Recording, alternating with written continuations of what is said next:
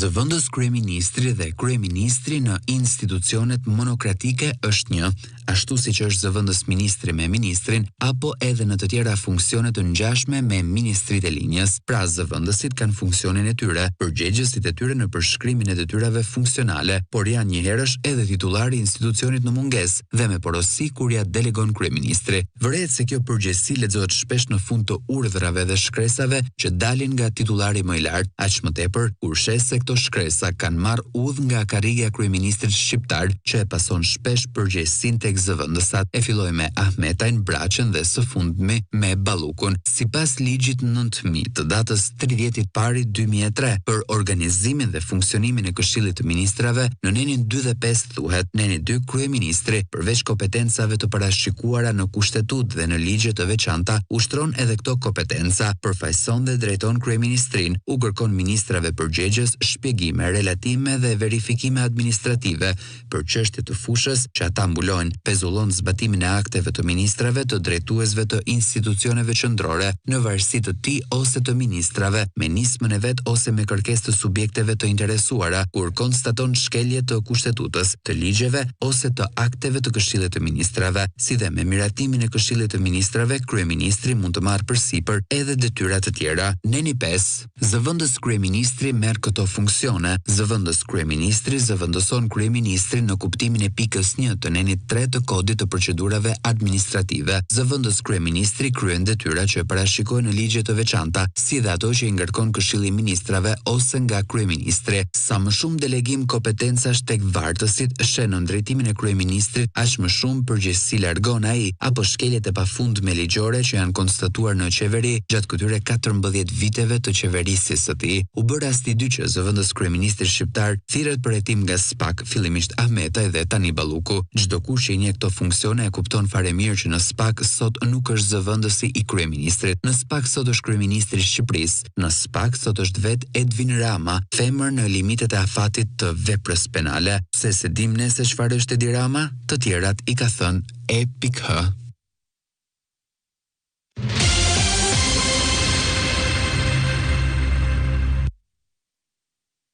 Shqipëria po përballet me një krizë të thellë demografike sociale e cila mund të kompromentojë zhvillimin e gjithanshëm afatgjat të vendit tonë. Kjo krizë ka prekur brezin e ri të popullsisë së vendit, sidomos grup moshën 15 deri 30 vjeç, dhe tashmë është shfaqur në çdo fushë të jetës ekonomike shoqërore të vendit. Ulja e linjshmërisë është një shkak kryesor, por emigracioni masiv i të rinjve është shkaku tjetër më i rëndësishëm. Shumë diskutohet për shkaqet e emigracionit, sidomos të rinjve, por sidoqoftë shkaku kryesor mbetet ai që e di çdo shqiptar. Shqipëria është bërë vend i pajetueshëm për qytetarët, jo vetëm të shtresës së varfër, por edhe ata të shtresës së mesme, për shkak të adaptimit të një modeli ekonomik antisocial dhe agresiv me kosto jetese të papërballueshme. Ulja drastike e linjshmërisë dhe emigracioni masiv ka bërë që shkollat jo vetëm të zonës rurale, por edhe të gjithë qyteteve të vendit, deri në periferi të Tiranës, të zbrazen me ritëm të shpejtë nga viti në vit. E njëjta gjë po ndodh me auditoret e universiteteve. Krahasuar me vitin shkollor akademik 2013-2014, në këtë vit shkollor akademik 2025-2026, Shqipëria ka 40% më pak nxënës dhe student. Tani u letësua qeveria se thuese e përgjysmoi me sukses numrin e shkollarëve vetëm për 12 vite qeverisje. Shqipëria në fakt është i vetmi vend në Europë që nuk ka asnjë aksion shoqëror studentor, aq sa të duket se në këtë vend nuk ka më student. Ata që kanë mbetur, siç duket, janë të mirë menaxhuar politikisht. Studentët tanë sot nuk flasin as për vështirësitë e jashtëzakonshme ekonomike që kanë për të përballuar jetesën gjatë studimeve universitare, pa folur për cilësinë e shkollimit, të drejtat e tyre e shumë të tjera si këto. Tirana ka të paktën 60.000 student, por ata nuk ndihen më, edhe pse përballen me qiratë e nivelit të qyteteve kryesore të Italisë, me kostot marramendëse të jetesës e të tjerë. Të rinjt e arsimit të mesëm dhe studentët përbëjnë rreth 3/5 e të rinjve të grupmoshës 15-25 vjeç. Problematika e pjesës tjetër të kësaj grup moshe është po aq e mpret sepse lidhet me punësimin, varfërinë, emigrimin. Tkurrja drastike e popullsisë së re ka tronditur thellë tregun e punës në të gjithë sektorët. Zbrazja e fshatrave nga rinia u bë pararendës për shpopullimin e shpejtë të zonave rurale dhe shuarjen graduale të buqësisë dhe blegtorisë në këto zona. Po thellohet kriza e tregut të punës për forca aktive punë të kualifikuara. Sektori i shëndetësisë dhe kujdesit social është i pari sektori i shërbimeve që u godit nga emigracioni masiv i mjekëve dhe infermierëve. Ai u pasua nga sektori i turizmit, i cili nuk gjen as punëtor të thjeshtë dhe punonjës të shkolluar. Pas tyre vjen sektori i IT-s, sepse të shkolluarit në këtë fushë janë grupi i dytë më i madh që po emigron masivisht pas grupit të parë, atij të mjekëve dhe infermierëve.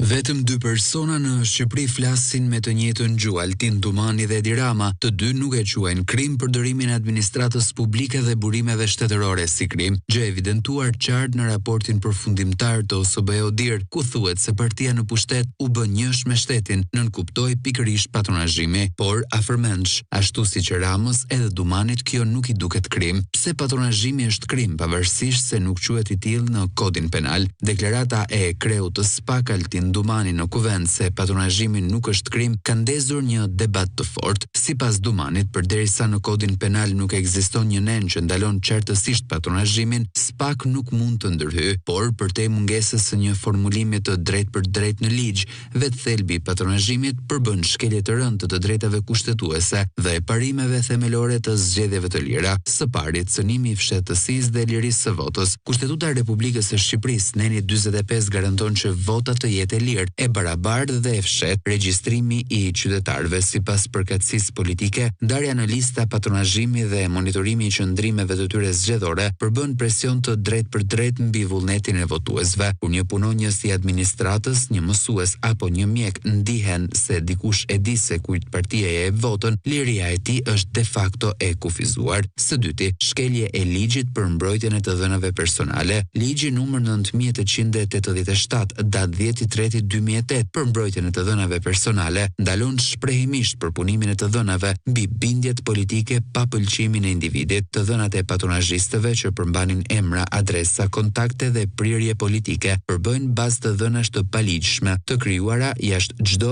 autorizimi. Vetë publikimi i tyre në 2021 ishte një shkelje masive që në çdo vend demokratik do të sillte ndjekje penale. Së treti, përdorimi i administratës për qëllime elektorale. Kodi zgjedhor ndalon qartësisht përdorimin e burimeve publike dhe të administratës në fushata zgjedhore, më saktë neni 91, kur zyrtar, drejtor shkollash apo punonjës bashkie detyrohen të raportojnë mbi preferencat elektorale të qytetarëve. Ky është abuzim me detyrën publike dhe mund të përfshihet në nenin 248 të kodit penal për shpërdorim detyre. Së katërti, formë e presionit politik dhe korrupsionit zgjedhor. Patronazhimi është mekanizëm sistematik kontrolli dhe presioni mbi zgjedhësit. Në praktik ai shërben për të lidhur shërbimet publike, legalizimet apo vendet e punës me qëndrimin politik të qytetarit. Ky është korrupsion zgjedhor në formën më të pastër, blerje votash përmes frikës dhe avantazhit administrativ. Së pesti, cënimi i standardeve ndërkombëtare të zgjedhjeve. OSBE-ODIR në raportet e saj për Shqipërinë ka theksuar vazhdimisht se patronazhimi komprometon integritetin e zgjedhjeve. Përdorimi i të dhënave personale dhe i rrjeteve të varësisë politike është në kundërshtim me Konventën Evropiane për të Drejtat e Njeriut, neni 3 protokolli 1, që garanton të drejtën për zgjedhje të lira. Konkluzioni, fakti se patronazhimi nuk është përmendur nominalisht në kodin penal nuk e bën atë të ligjshëm. Ai përfshin elemente të qarta të cënimit të lirisë së votës, shpërdorimit të detyrës për punimin të paligjshëm të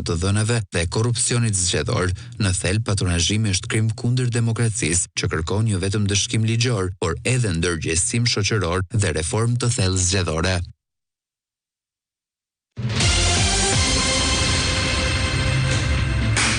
Mirëmëngjes, zotërin, mirë se vini në kafe shito pas një tjetër dite spektakolare. Mirëmëngjes për Gretën, mirë se erdhe. Mirëmëngjes Flavë, mirëmëngjes të gjithëve. Një tjetër ditë fenomenale na pret ditën e sotme. Kemi shumë për të folur, disa gjëra nuk kanë ndryshuar në fakt.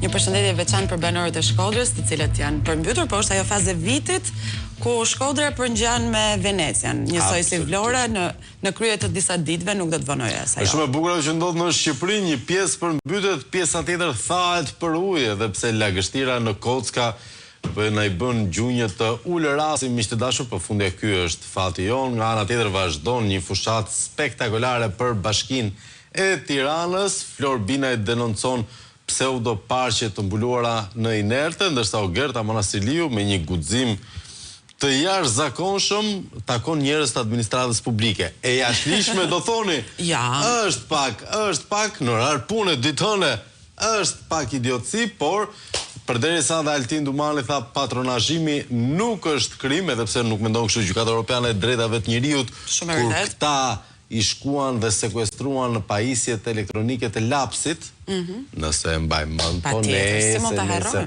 Altin Dumani ditën e dishme ka pasur një performancë të gjatë të dje në Kuvendin e Shqipërisë, me cilin kishte vetëm 5 fjali, është në hetim, nuk jap dot përgjigje se sekretet dimor. Për bashkëpunime? Është i hapur për bashkëpunime, është kështu si këto influencerat e Instagramit, që është për business inquiries, çoni një email. E trishtë e njësoj ishte edhe Olsian Çela, megjithatë ai bëri ca deklarata të llatashme, e rrëzoi Dumanin, e rrëzoi dhe qeverinë kur tha se no, pastrimi i parave bëhet nëpërmjet pallateve. Droga tullat e kokainës kthehen në tulla për të ndërtuar pallate në Shqipëri. Dhe nga sikleti, mediat kombëtare mbrëm kishin në lajm të parë që do rriten çmimet të prapë të apartamenteve nga kërkesa e madhe e të huajve. Mezi po presin amerikanët të jetojnë te rruga Elbasanit. Mezi, nuk e di. Andaj nga depot e ujit do i çojmë të gjithë. Andaj do e bëjmë Little USA. Megjithatë, miq të dashur, do të qëndrojmë në këto zhvillime. Ka pasur edhe në mbrëmje një kthes spektakolare ngjarjes Arben Ahmetaj.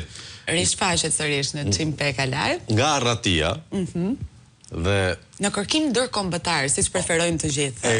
E kërkon Dumani, edhe pse as Dumani nuk e di për çfarë po kërkon, por kjo është një histori tjetër. E megjithatë, të gjithë historinë e kësaj dite mund ta përmbledhim në 2 fjali.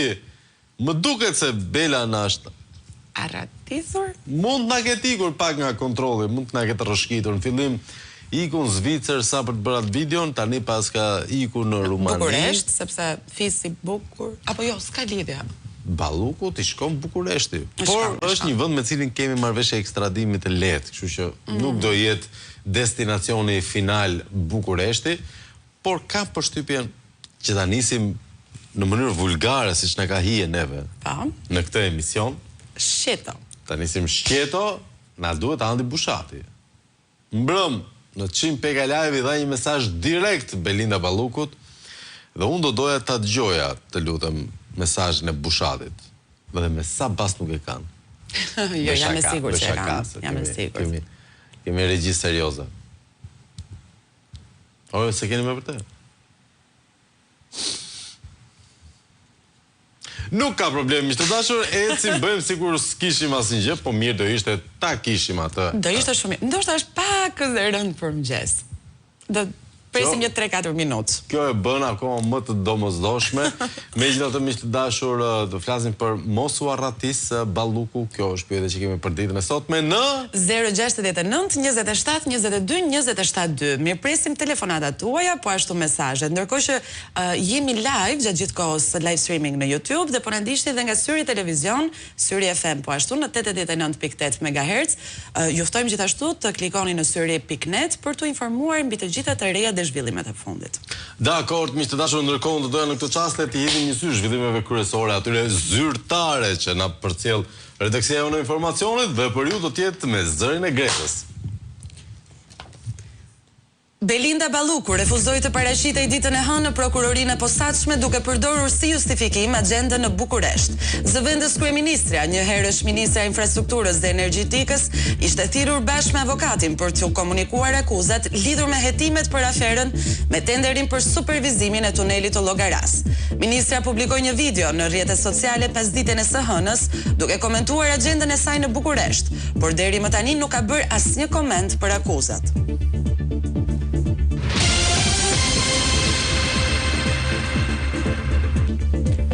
Pas debateve dhe ndërprerjes së seancës së kuvendit, ku janë thirrur për të raportuar kreu i SPAK Altin Dumani dhe prokurori i përgjithshëm Olsian Çela, lideri i opozitës Sali Berisha denoncoi atë që e cilëson skenarin e mazhorancës me krerët e institucioneve të drejtësisë për të kyçur parlamentin. Në një prononcim për mediat nga borri i kuvendit, Berisha tha se me vendimin për të penguar pyetjet e ligjvënësve opozitar, ta u lanë ballës i Ramaska dhe se opozita nuk do të pranoj kurrë pazare. Berisha hodhi akuza se po mohohen të drejtat kushtetuese të opozitës në kuvend dhe se mazhoranca po bën një kompromis kriminal me ata që ishin thirrur për të raportuar.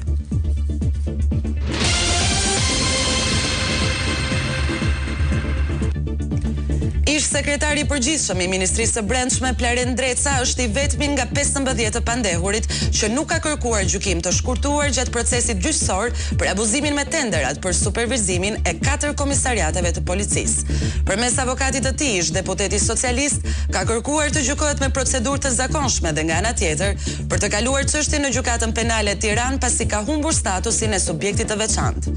Ditën e hënë seanca gjyqësore u shtyp për shkaqe procedurale, ndërsa çështja ka kaluar për gjykim në themel.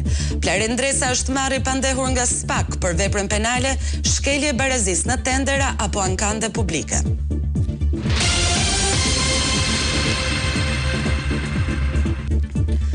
Kryeprokurori Olsian Çela ka konfirmuar gjatë raportimit në sallën e kuvendit se gjyqtarja Irena Gjoka, që i ka rënë çekiçit për të burgosur liderët e opozitës, është e dënuar në Greqi. E pyetur nga deputetët për këtë fakt, kryeprokurori Çela u shpreh se fshehja e dënimit është vepër penale si deklarimi rrem në formularin e dekriminalizimit. Tashmë me konfirmimin e kreut të prokurorisë së përgjithshme, gjyqtarja Irena Gjoka është e papërshtatshme për shëndrimin në detyrë për shkak se nuk ka deklaruar në formular dënimin nga shteti grek për falsifikimin e vizës dhe të pasaportës.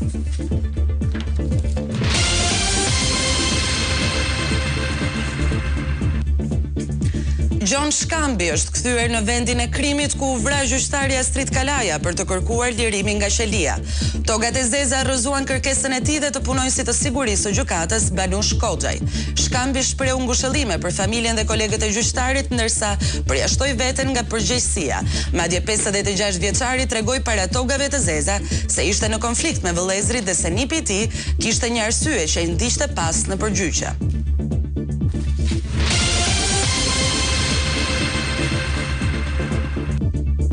Greva e naftëtarëve të Marinzës ka hyrë në ditën e 14. Pavarësisht përkeqësimit të gjendjes shëndetësore dhe lënies së grevës së 2 naftëtarëve, pjesa tjetër vijojnë të qëndrojnë në grevë në kërkim të plotësimit të kushteve që ata kanë ndaj kompanisë Bankers. Në mbështetje të grevistëve kanë shkruar dhe përfaqësues të organizatave sindikaliste dhe shoqatave ndërkombëtare, si dhe naftëtarët veteranë.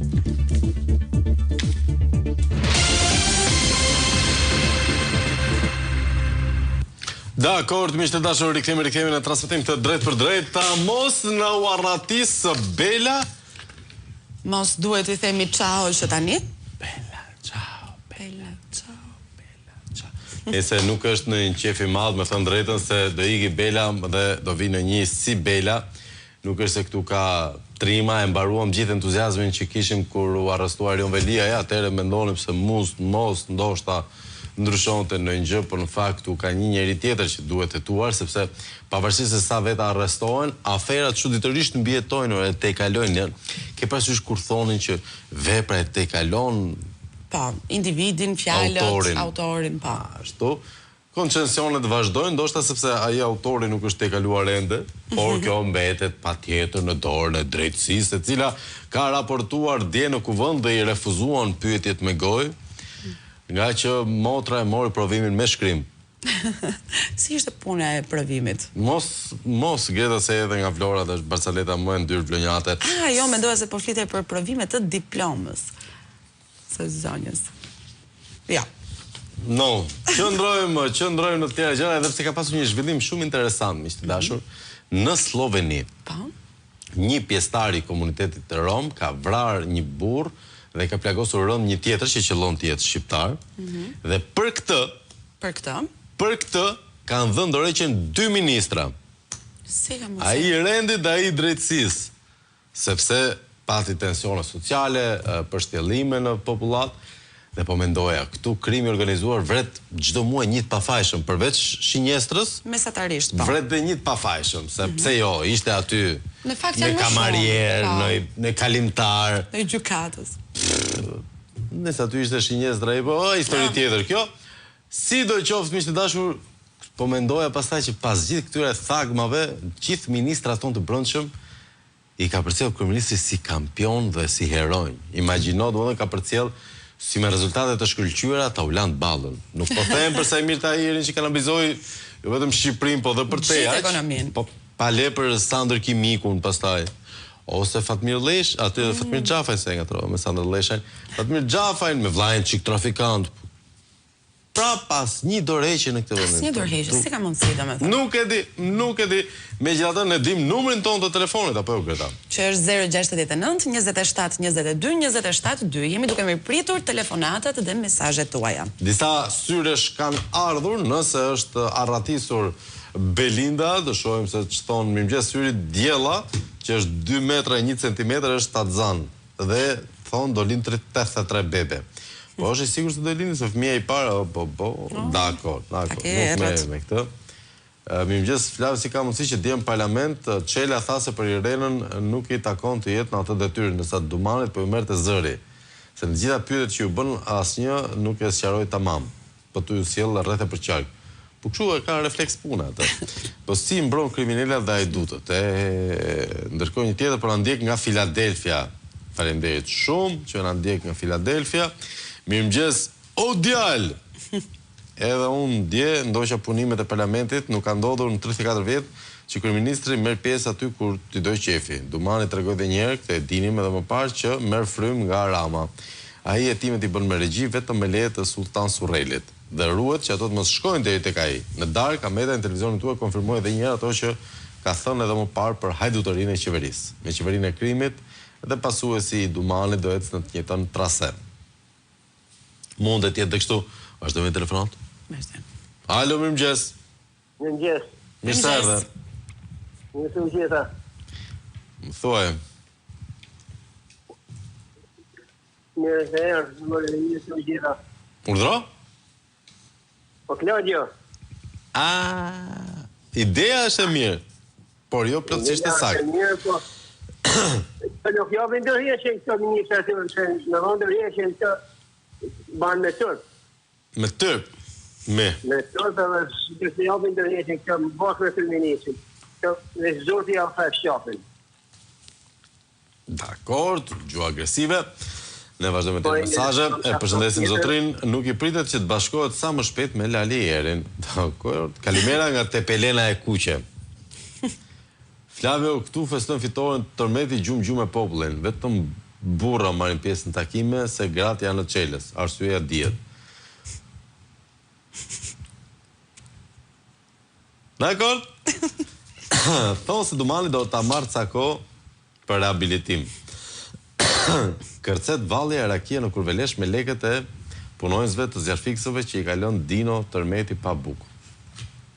Ose përmendim kërcime se na kujtojnë performanca specifike. Më pëlqen shumë ky raportimi që kam çdo mëngjes nga Tepelena, është një nga highlightet e mesazheve.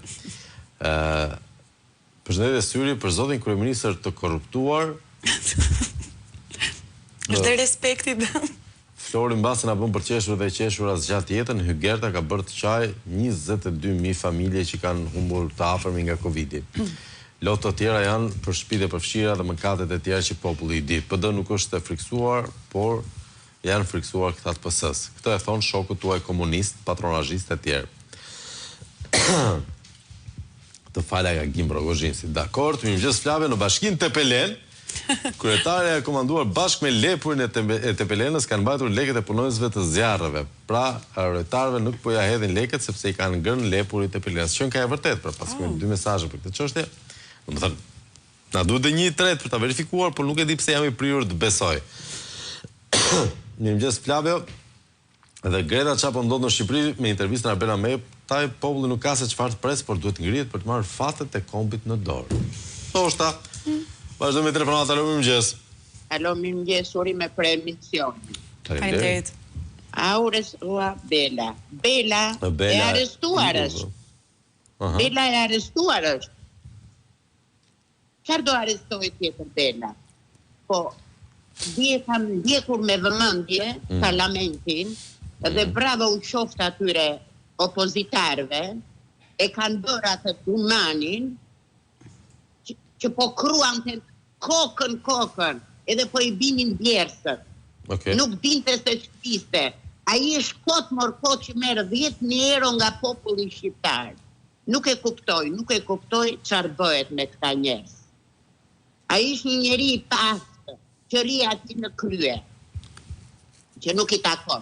Edhe gjunja nga Zoti po merr këtë popull me qafë.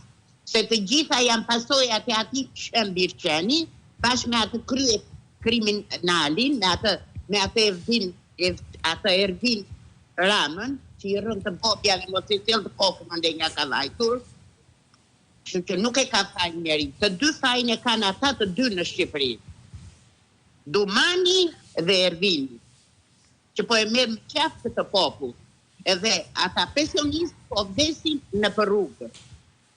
Edhe fëmijët e tyre u andoqi, edhe kush do t'i varrosi, edhe kërkon juve të ngrihet opozita. Ku ka opozitë këtu? Ku ka të rinj këtu mordial? Ku ka të rinj këtu? Çfarë i kërkoni Sali Berishës? Kush o ngrihen? Plejto ngrihen me bastun. Çfarë thonë? Shqipëria ka përfunduar, më birë, po ju nuk e kuptoni. Po dilni mo dhe shikoni, Kurse për atë Flori, ai maskaraj, ai krye ajduti, ai krye kriminali, bashkë me atë maskareshën, me atë ajdut që vdik 22.000 veta, ti marrin të keqen ku vë këmbë Flori, ata nuk vën faqen. Se Flori do fitoj në Bashkinë e Tiranës. Dakor, faleminderit zonjë. Mirëmëngjes, Flavio dhe Greta, këta kriminalë që shkatruan këtë vend kanë rinin pa martuar e pa siguruar, ku një banesë modeste për të krijuar familjet e tyre, ata duhen çuar në burg të merret pasuria. Nuk ka politikan, mjek, drejtora, ku ta diun pa pasur hotele, klinika, restorante, lokale në gjithë Tiranën. E pa vërtet edhe s'është. Mirëmëngjes Flavio, po sikur ti presi ballukët kjo balluku, a thua të ndryshoj të bëhet njëri më i mirë, ndoshta, dhe kthehet se këtu ka paruker shumë të mirë. Edhe Juri Kim këtu bë njëri. Se kur erdhe e dini si ishte, e mbajmë.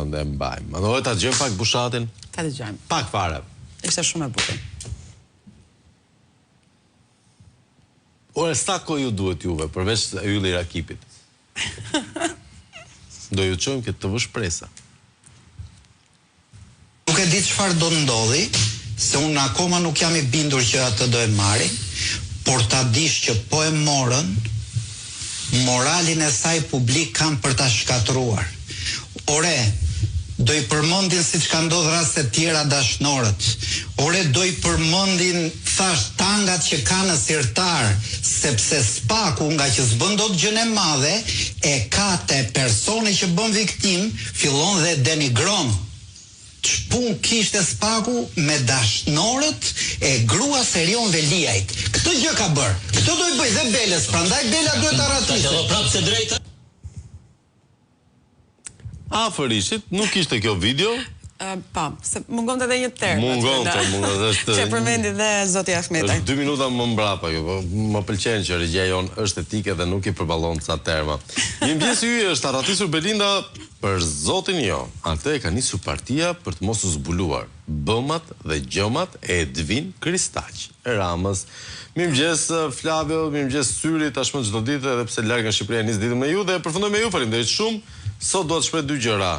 Nuk kishte gjë më të neveritshme për një burr dhe një kryeprokuror antikorrupsioni se ajo që ndodhi dje në Kuvend, Altin Dumani dridhej si purtek para deputetëve të opozitës se ishte i turpëruar përfundimisht. Ky hero i fëmijëve tan. E dyta i bëi thirrje publikisht kryeministrit, meqense po i lirohen vendin kryeministri, për 5 milion euro i bëi 5 vite burg. Ja, ky mentalitet e ka marrë qafë Shqipërinë, po ne nuk e dimë, kalojmë me shaka, po në fakt kjo e menduar na ka çuar aty ku jemi, të tjera ti marri ai dhe firmos ç'të dojë, ta mendoj një. Dakor, faleminderit shumë, vazhdojmë me telefonat. Alo, mirëmëngjes. Alo. Mirëmëngjes. Mirëmëngjes Flavio. A më na i bëj thirrje e Ramës. Ha më çfarë thirrje bën? Na i bëj thirrje e Ramës po ka futur. Çfarë thirrje? Më duket se më mirë që se dëgjova, më duket se. Dakor, ta dëgjojmë pak Dumanin, ore se s'kemi dëgjuar gjë fare nga Dumani, ka qenë 7 orë dje në televizor. Ca momente pikante, fillojmë nga dyshi për shembull. Pyetjen që nuk e kam arrende si panderur zotin Veliaj, dua të them se siç besoj edhe ju e dini, hetimet paraprake nuk kanë përfunduar lidhur me këtë procedim penal, por vazhdojnë akoma. Që akoma në fazë hetimesh paraprake të Veliaj. Dakor. Po ja ta shohim çfarë tha për Ahmetajn. O djalë, treshin. Për ne, sot ai është një person në kërkim ndërkombëtar për veprën penale të korrupsionit pasiv, pastimit produkteve të veprës penale dhe vepra të tjera penale e lidhur me incineratorët. Patjetër, në çdo moment që një subjekt vepre penale dëshiron të bëhet bashkëpunëtor i drejtësisë, do të bashkëpunojë me prokurorinë e posaçme, është mëse i mirëpritur. Interesante shumë. Dakor, gjatë çuditshme, po I ktheu përgjigje Arben Ahmetaj nga Çimpeka live mbrëmjen e djeshme. Flavio, kur diella shtatzoni, nuk e themi dot. Guten Morgen, ndoshta di ku vendem dhe nuk më çuditi fare se çfarë ndodhi, por gjithashtu ndoshta Çimpekën dhe të gjitha ato që Arben Ahmetaj ka thënë po dalin avash avash. Çfarë duhet më shumë që Spaku të veprojë, ma thoni ju. Po nuk do veprojë ose akoma se kemi kuptuar në këtë vend që Spaku është aty për të mos vepruar, është garant I dikujt. Mos ta zgjasim më me këtë histori se u lodhëm. Nuk kuptojnë ndoshta se nuk jetojnë në Shqipëri. Sa për info, mua më bie më lirë të blesh shtëpi këtu në Gjermani dhe jo aty. Në Gjermani? Në Amerikë më është më lirë se. Në Amerikë shtëpi me pishin më lirë se apartament në Astir. Garsonjere. Po, normal që është më shtrenjtë. Ose pallat ekzistus rruga Kavajës, pash 4.000 euro metri. Okazion. Për investim. Godin, banimi dhe shërbimi 3 katë, 9 tokë dhe kati 2 është I juaj. Jo. Kjo ishte kështu më, pallati Kos Xhaxhit, mundësisht I ndërtuar nga sovjetikët. Tulla, nuk e di, e kohës ishte Lenini adoleshent kur ishte bërë tulla. I mbajnë rrëshirat e dhimbjes së bashku. Nuk e ndjen, ti vdes aty dhe nuk e ndjen aq mirë është. Ecim me të tjera mesazhe, Flavio me që diell, çfarë fiksimi me diellin njerëzit. Me që diella do lindi 83 fëmijë duhet shtojnë burgjet mbase. Mirëmëngjesi. Po Flavio, po si u kput koka atij gjarprit të zi. Shqipëria nuk gjen qetësi. Inshallah Balluku përfundon në qeli. Po pse do përfundon në qeli? Ne po them duket se është arratisur, po ju e dini më mirë, të shohim. Po një tjetër mesazh me fëmijët e diellës, s'ka qenë një obsesion kombëtar ky. Po pra, dhe jo vetëm kombëtar.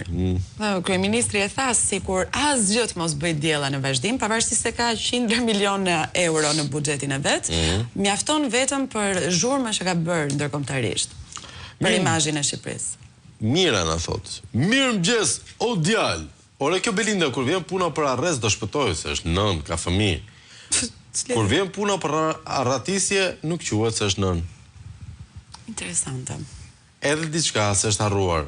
Po akuzohet Belinda për gjoja 2 milion euro tender, kur 1 milion euro I kishte drejtoresha ke tubi aspiratorit. Dgjoj, këtë po e them kështu për te etikës gazetareske. Një nga thashethemet që qarkullon në Tiranë prej vitesh është që kur bëri miliardin e eurove Belinda. Kemi dëgjuar gjithë që është I vjetër, si tash mund diskutohet është diçka midis 2 miliard dhe 5 miliard euro. Kjo është diferenca. Ose nëse flitet në nivel milionash, mund të jetë për milionat e dikujt tjetër, që duhet I merrte dikush tjetër. Dhe jo ajo vetë. Sa të thella. Fare thellë, është korrupsion I pastër I cekët ky, po nejse. Vetëm diella e di apo do vi apo nuk do vi Bela Ciao. Kështu do I quajmë tani Bela Ciao. Mirëmëngjesi, kam një proces gjyqësor dhe prokurore që dha dënimin për familjarët e mi u shkarkua për korrupsion dhe na e shtyn gjyqin. Duhet pyesja për çfarë seance do bëj unë me një vendim të një prokurore të shkarkuar? Thanë që do I rishikonin vendimet, disa prej vendimeve të këtyre prokurorëve, por nuk e bën kurrë. Që do të thotë këta I kishin gjithë vendimet e drejta, edhe pse ishin vetë shtrëmbër. Tash I kështu thonë, nuk di çat ju them. Mirëmëngjes Flavio, inshallah nuk arratiset Rama, se është më i rëndësishmi tek 313-a, më thot një mesazh nga Klosi i Madhi. Përshëndetje Flavio, Pluge bëri detyrën, tani SPAK mos të vonoj. Nuk e dinte agjendën e Belës SPAK-u, përse nuk e thirri në ditë boshe për shumë. Ma shpjegon do ty Flavio? Nuk ta shpjegoj do të drejtë. Është shumë e komplikuar, tani do e shohim pesën, një sherr Fatmir Xhafaj me që e përmendëm, se aty e ka fiksimin ai. Po e përmendë bëhet keq. Shfaqet. Është kush shfaqet kur e përmend? Se është një tjetër. Nëse pesën. Më përmendë emrin. Sa për dielnin, tuaj unë kam folur ndonjëherë në këtë sallë për emra e çështje të veçanta. Kur? Se nuk jam në partinë tënde dhe as në sekletin tënd politik. Sa i përket kompetencës lëndore të prokurorisë posaçme, mësoje me qenë se ke një zakon që flet, po nuk dëgjon. Nuk është vendosur në 2013, por në 2016. Kur u votua kushtetuta me 140 vota, edhe me votat e partisë tënde. Dhe kur votua ligji për SPAK, edhe me votat e partisë tënde. Agresiv Gjafa, e sigurt mos ta dinim që e ka bërë deputet Qyler Jon Velije, do mund të kishte drejt. Pse me shokohesh kështu, këto gjëra kanë ndodhur në këtë vend ton? Ne do vazhdojmë me telefonat tjetër. Alo, mirëmëngjes. Alo, mirëmëngjes. Amore që që bëni më pse panikosën i kështu. S'do të flasin, nuk do të flasin, përshëndetje. Në anët tona përdoret një shprehje të gjithë derrat, një turi kanë. Ashtu si në rastin Velije, për ndodhë me Ballukun duke mos u paraqitur në SPAK, kjo zonjë për i konsideron kolegë prokurorët. Prokurorët e partisë si marrin me dhunë politikanët e opozitës si në rastin e Ilir Metës, të cilin e të roqën zvarë. Belën rrinë dhe vështrojnë të magjepsur nga emri i saj, dhe nga që ajo është bashkëpunëtore e Nalt Madhnijes. Aty, pa ju shkelur syrin Nalt Madhnia, është mision i vështirë dhe duhen këllqi që SPAK-ut deri tani i kanë munguar. Përshëndetje Berat Buzhala dhe Batona Gjiu nuk janë... nuk e themi dot. Mos lexo kështu mesazhesh. Mirëmëngjes Flavio dhe Greta, ju shkruaj çdo ditë nga Athina. Faleminderit shumë për qafime shumë.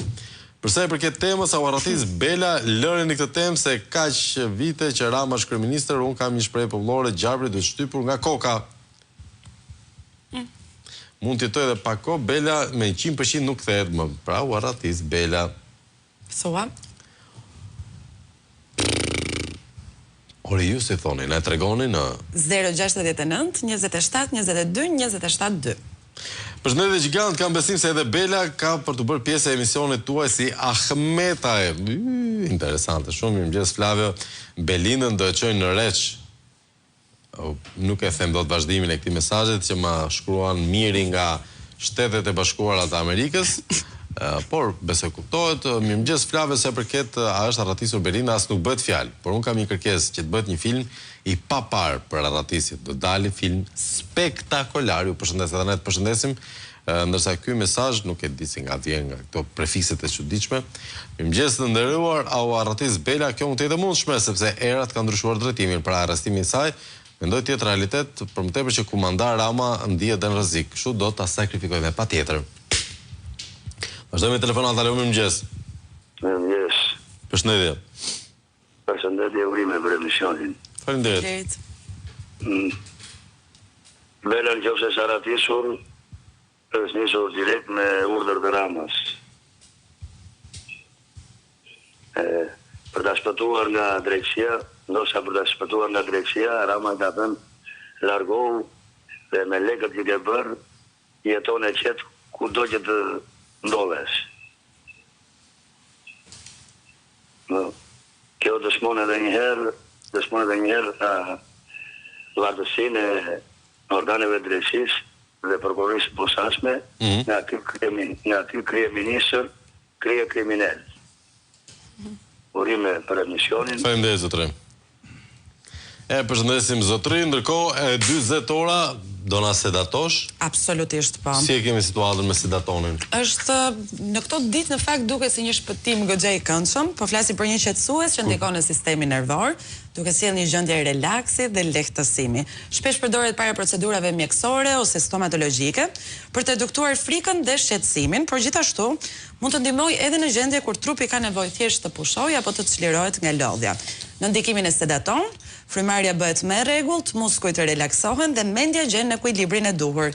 Kjo e bën më të lehtë për përballëmimin e situatave të vështira, duke siguruar një gjendje qetësie dhe rehatie, si për trupin ashtu edhe për mendjen. Sedaton të qetëson. Qetësoni pak në publicitet, me që të dashur, rikthehemi më njëherë pas pak, po arratësimi shkurtimisht si Bela, po do kthehemi, se ne kthehemi.